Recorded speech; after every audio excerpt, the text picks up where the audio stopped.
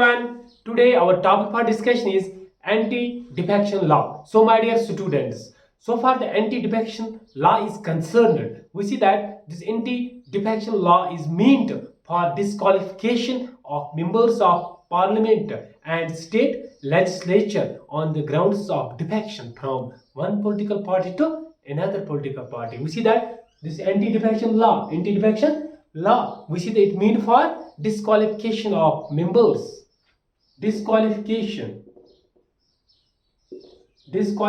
of members of parliament and state legislatures, parliament and state legislatures on the grounds of defection, on the grounds of defection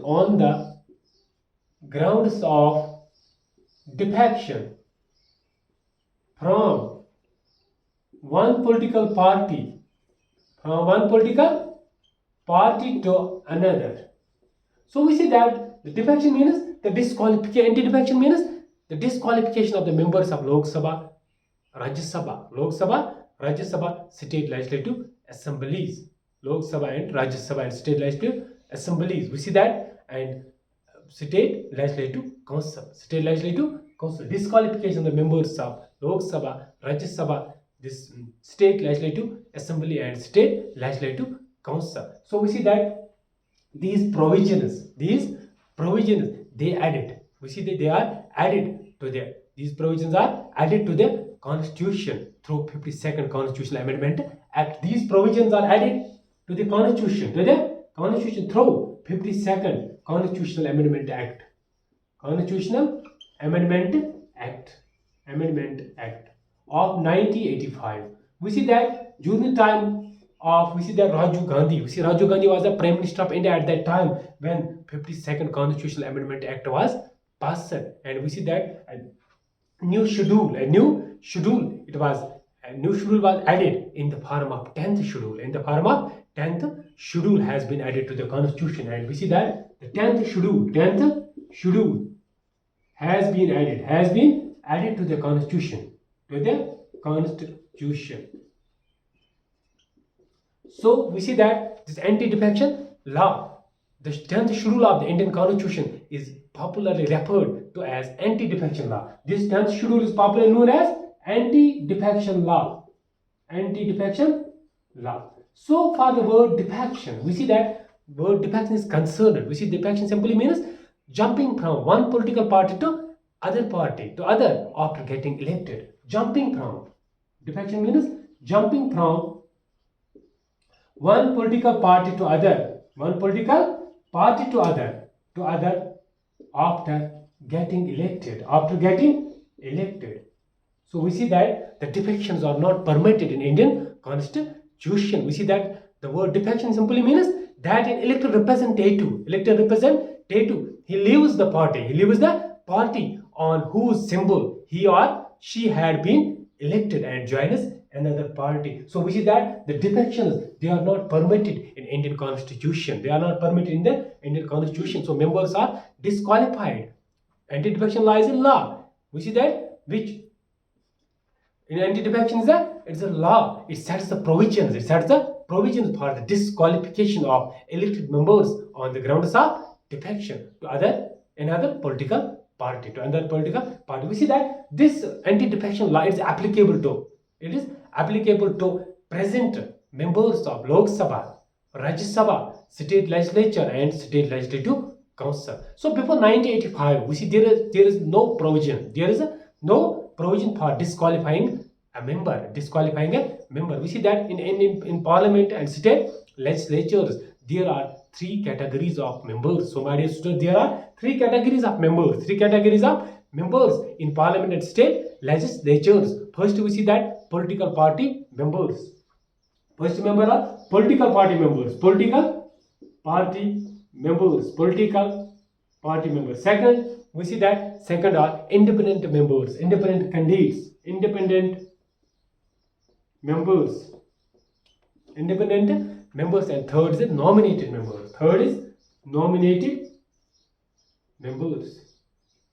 So we see that In parliament and state legislature, there are three categories of members. Three categories of members present. We see first political party members, second independent members, and third is the nominated members. We see that all categories of members, they can be disqualified. They can be disqualified under the grounds of defection. Under the grounds of defection. Under the grounds of anti-defection law. Clear? So we see that this law was passed.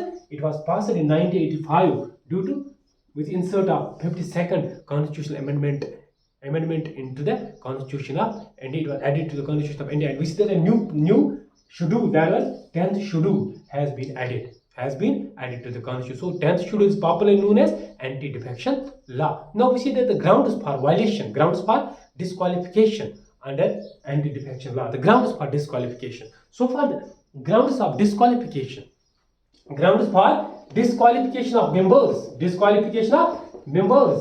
under anti-defection law is concerned, we see that first, we see that if an elected member voluntarily gives up his membership. If elected member voluntarily gives up his membership. If elected member, if an elected member voluntarily gives up his membership of a political party, and we see that if any independently elected member, if any independently elected member joins any political party, if any independent elected member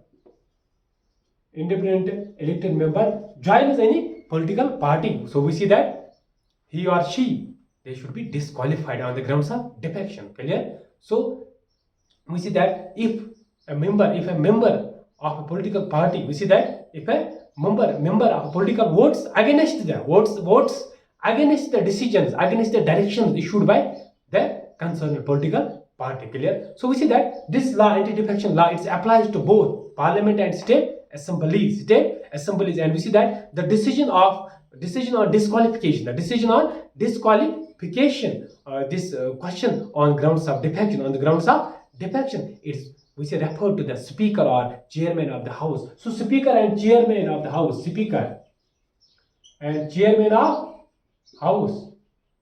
see that the presiding officer, we see that the speaker or chairman of the house, and his or her decision is final. So we see that the decision on disqualification questions on the ground of defection, it is referred to whom? It is referred to speaker of the house or chairman of the house, and his or her decision is considered as final. So we see that the defection, the anti-defection, as we know that defection is a feature which has corrupted Indian politics. So we see that defection take place only if 1/4 of members of party walked out. If defections took place only if 1/4 of members walks. If 1/4 of the members of party walked away, then it's known as defection. But we see that if a member going out of his party through split is not disqualified on the grounds of defection. If a member going out of his party through split, member going out of his party through split is not disqualified on the grounds of disqualification. We see that this provision was added due to 91st Constitutional Amendment Act. 91st Constitutional Amendment Act of 2003. We see that in 2003, 91st Amendment Act was passed, and a new provision was added in 10th Schedule of Indian Constitution. We added one change in the provisions of the 10th Schedule. We see that change was that a member going out of his party through split is not disqualified on the grounds of defection. So if minimum 1/3 of members of a political party get separated from parent party, so we see that form a new party, it is called split. When 1/3 of the members of a political party, they get separated from the parent party and forms a new party, it is called split. So merger. Now the merger, we see that So far the merger is concerned, we see that if a member goes out as a result of merger with the the member is not disqualified. So simply time on the grounds of simply time merger, the member is not disqualified on which is the grounds of defection. So merger, if we see that the member is not disqualified on the grounds of merger. So when merger is considered, we see that when two-third of a political party, we see that they form a separate group and joining another political party is called a merger. So if we can say that if a member goes out as a result of merger, the member is not disqualified. Clear? So we see that now, as we know that the famous phrase it was used because we see that after 1967, we see that the members, the legislature, they started, we see that floor crossing, legislature started floor crossing, and a new dictum it was used for them, Ayaram and Gayaram. So my dear students, Ayaram and Gayaram, it was a phrase, it was a popular phrase, it was a infamous Ayaram Gayaram, it was coined against the background of, we see that against the background of continuous defection of legislatures,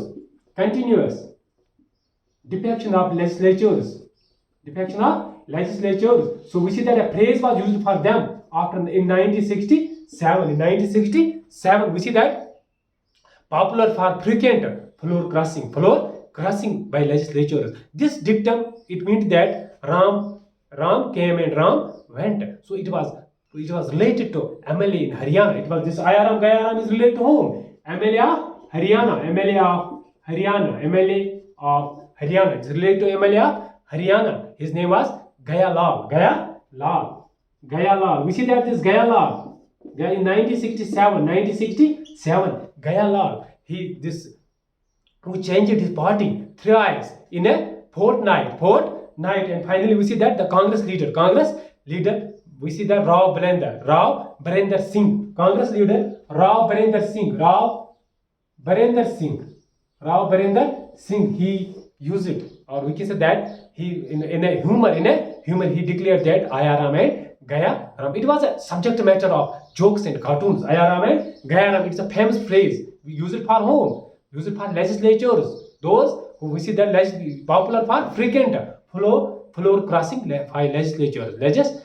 So my dear students, this was all about this anti-defection law. So as we know that another important point that is, we see that when this 91st Constitutional Amendment Act it was passed in 2003, we see that it relates to anti-defection law. It also states that a person who is disqualified under, which is one of the provision of 91st Amendment 2003. It also states that if a person who is disqualified under anti-defection law shall not be appointed as a member of the House, or we can say that appointed as a minister.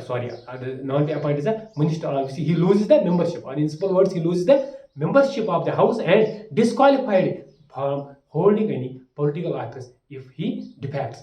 So anti-defection law kya tha? Simply means anti-defection law means a disqualification of members on the grounds of defection. So we see that the defections are not allowed, they are not permitted in the constitution. So this was all about anti-defection law. So my dear students, video को देखने के साथ साथ channel को subscribe करना ना भूलें.